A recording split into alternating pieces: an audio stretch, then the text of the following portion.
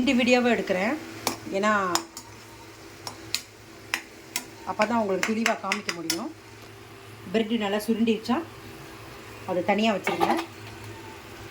Next ஒரு குட்டி பேனில் நெய் ஊற்றிடுங்க. எவ்வளோ நெய் வேணால் ஊற்றலாம். எங்கள் மாமாவுக்கு நிறைய நெய் பிடிக்கும், அதனால் அது ஊற்றிருக்கேன்.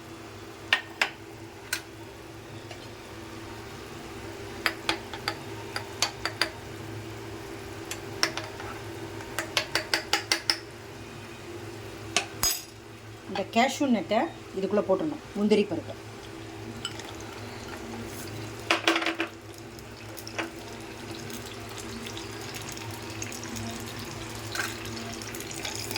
நல்லா பொன்னிறமாக அந்த கேஷ்யூ நட்டு நல்லா பொன்னிறமாக வந்தால் தான் உங்களுக்கு பிரெட் அல்வா நல்லாயிருக்கும், சாஃப்ட் கொடுக்கும்.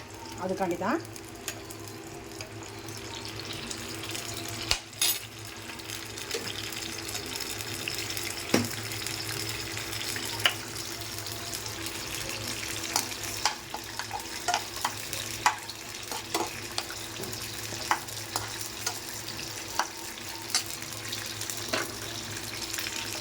நல்லா சாஃப்டாக இதாகட்டும்.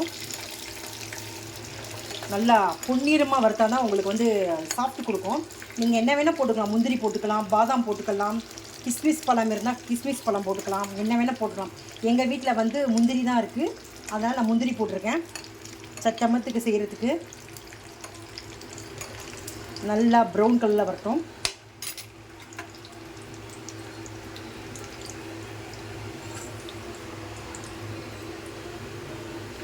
இங்கே பாருங்கள், ப்ரௌன் கலரில் வந்திருக்கு.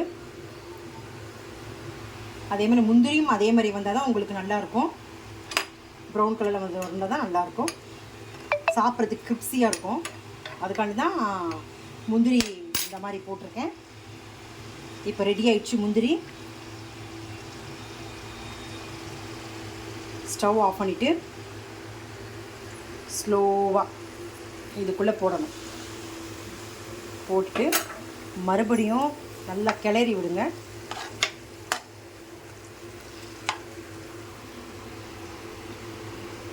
நல்லா கிளறி விட்டுட்டு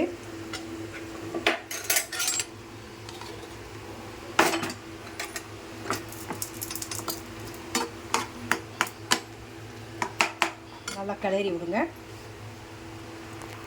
கிளறி விட்டு மறுபடியும் அடுப்பை ஆன் பண்ணிவிட்டு கொஞ்சம் அதை நல்லா கொஞ்சம் வதக்குங்க. சாஃப்டாக ஆகிடும்.